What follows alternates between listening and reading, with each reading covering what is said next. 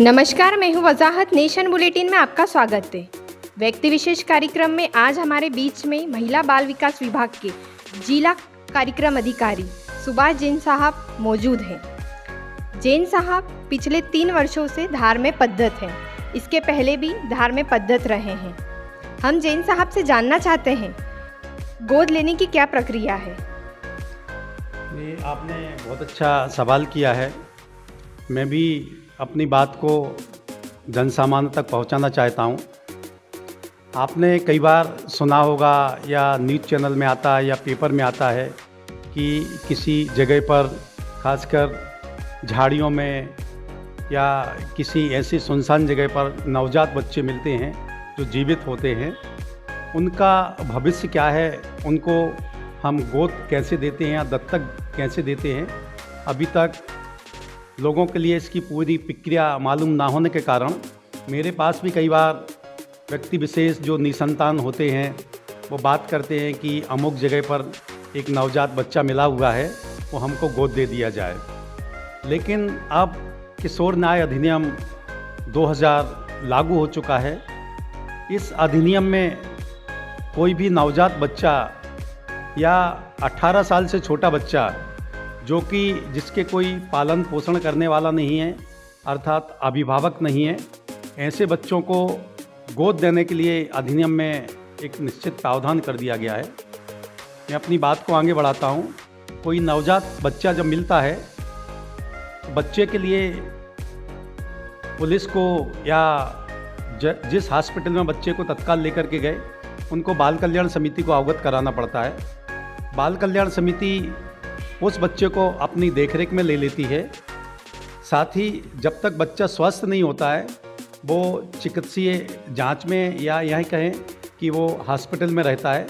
जैसे ही चिकित्सकों को ये ज्ञात होता है कि बच्चा स्वस्थ है, बच्चा वो बाल कल्याण समिति के लिए सुपुर्द कर देते हैं। तो फिर हमारा काम प्रारंभ होता है। अधिनियम के तहत शिशु गृह संचालित किए जा रहे हैं, जिसमें कि इस प्रकार के बच्चों की देखरेख की संपूर्ण व्यवस्था की गई है। बच्चे को हम वहाँ पर रखते हैं। साथ ही स्थानीय स्तर पर पुलिस के माध्यम से एवं समाचार पत्रों के माध्यम से हम ये प्रचार प्रसार करते हैं कि एक अमुक जगह पर एक बच्चा मिला है। यदि किसी व्यक्ति का बच्चा हो तो वो निश्चित तौर पर एक टाइम तय करते हैं, उस अवधि में आकर के बाल कल्याण समिति को अपना पूरा विवरण दे और बच्चे को प्राप्त करें। ऐसा हम 2 महीने तक इंतजार करते हैं। यदि दो महीने तक कोई जैविक माता पिता उस बच्चे की दावेदारी करने नहीं आता है तो हम उस बच्चे के लिए गोद देने के लिए उसको लीगली फ्री या उसको हम विधि मुक्त कर देते हैं। इसके बाद बच्चे को गोद लेने की प्रक्रिया प्रारंभ होती है। अब महत्वपूर्ण बात यह है कि यदि कोई व्यक्ति बच्चे को गोद लेना चाहता है, अब बच्चा ऑनलाइन सिस्टम के माध्यम से ही गोद जाता है। जिसके लिए बच्चा गोद लेना है उसको एक कारा की साइट होती है, जिसको हम हिंदी में बोलते हैं केंद्रीय दत्तक ग्रहण एजेंसी, वो जो भारत सरकार के द्वारा एवं भारत सरकार के नियंत्रण में काम करती है। ऑनलाइन हम अपना रजिस्ट्रेशन उस पर कराते हैं। कोई भी व्यक्ति उसमें अपना बच्चा गोद लेने के लिए, बच्चा या बच्ची गोद लेने के लिए रजिस्ट्रेशन कराते हैं और वह कहीं बच्चा जब मिलता है तो उसमें एक वेटिंग बनती है, प्रतीक्षा सूची बनती है। जैसे आवेदन ऑनलाइन होते हैं, जिसका नंबर होता है, उस व्यक्ति के लिए उस बच्चे को लेने के लिए आमंत्रित किया जाता है। वो व्यक्ति आता है, दंपत्ति दोनों आते हैं और बच्चे को देखते हैं। यदि वो सहमति देते हैं तो उस बच्चे को गोद लेने की वैधानिक प्रक्रिया प्रारंभ होती है।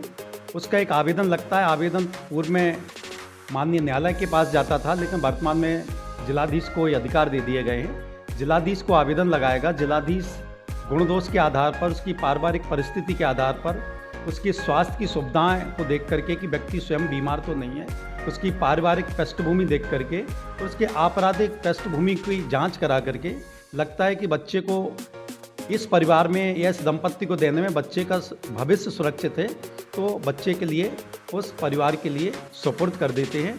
उस सुपुर्द के बाद में ये अधिकार उस परिवार को मिल जाता है कि माता पिता, अभी चूँकि उस बच्चे के माता पिता गुमनाम थे, किसी को मालूम नहीं था, अब अधिकार मिल जाता है कि जिनको गोद दिया गया है उस बच्चे के जैविक माता पिता तो नहीं है, लेकिन दत्तक माता पिता हो जाते हैं और वो बच्चे के पिता के नाम पर अपना नाम और उसकी माँ के नाम पर उसकी माँ का नाम वो दर्ज होता है।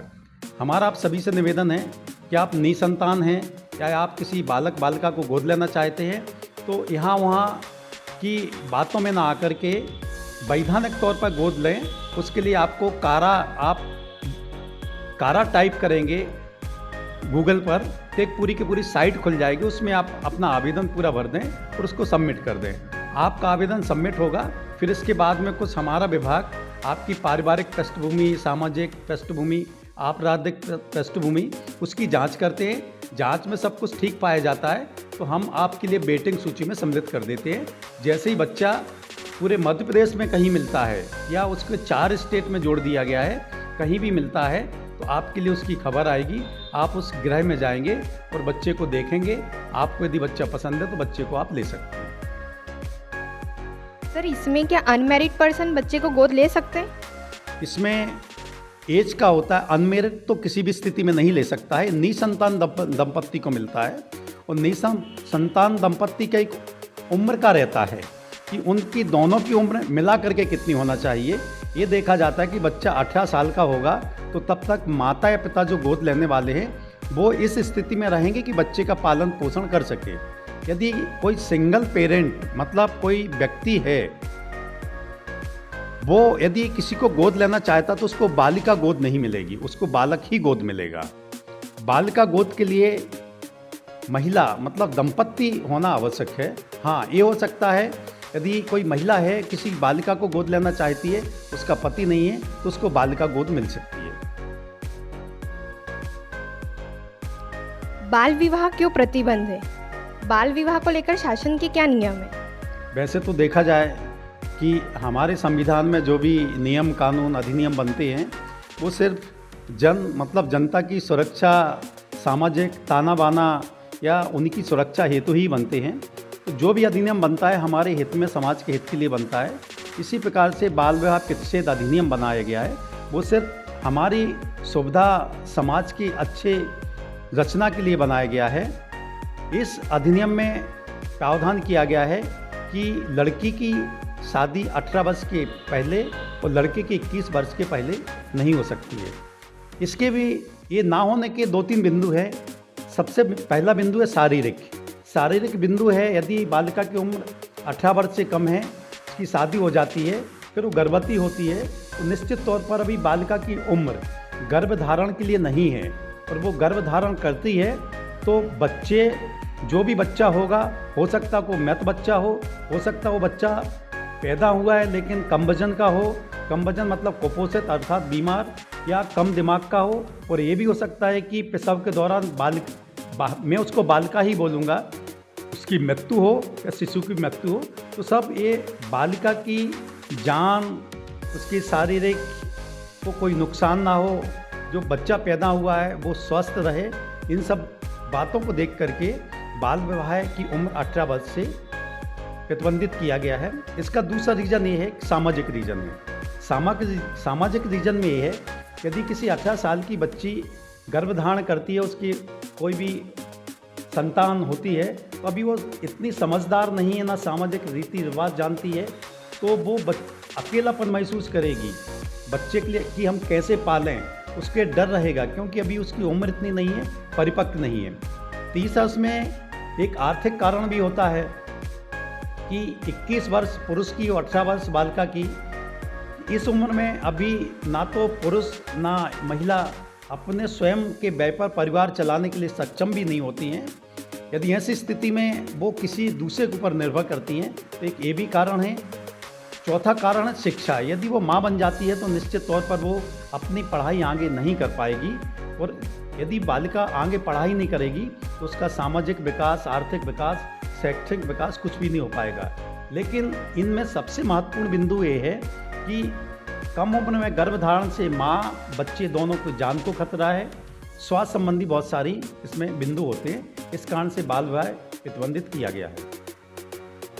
बाल विवाह अगर होता है तो किसे दोषी माना जाता है और किन धाराओं में इन पर प्रकरण दर्ज होता है? अब यहाँ धारा की बात तो नहीं हम करेंगे, लेकिन यदि बाल विवाह हो जाता है तो इसमें जो लड़का है वो चूँकि 21 वर्ष से बड़ा हो या छोटा हो, लेकिन 18 वर्ष से बड़ा है तो सबसे पहला वो भी एक विधि का उल्लंघन करने वाले में सम्मिलित होगा।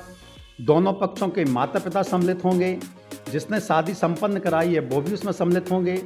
जिसने शादी में सहयोग किया है, सहयोग मतलब हलवाई भी हो सकता है, टेंट वाला भी हो सकता है, बाजे वाले भी हो सकते हैं, बाराती भी हो सकते हैं। ये सभी लोग बाल विवाह करने के सहभागी या इसमें सहयोग करने वाले रहेंगे। ये सभी विधि का उल्लंघन करने वाले माने जाएंगे और इन सभी के लिए अधिकतम 2 वर्ष की सज़ा का प्रावधान है। ये थे हमारे साथ महिला बाल विकास विभाग के जिला कार्यक्रम अधिकारी सुभाष जैन साहब, जिन्होंने बच्चा कैसे गोद ले इस संबंध में बताया, बाल विवाह के संबंध में भी जानकारी दी। हम नेशन बुलेटिन के माध्यम से अपील करते हैं कि बाल विवाह ना करें। सर, यहाँ आने के लिए आपका बहुत बहुत धन्यवाद।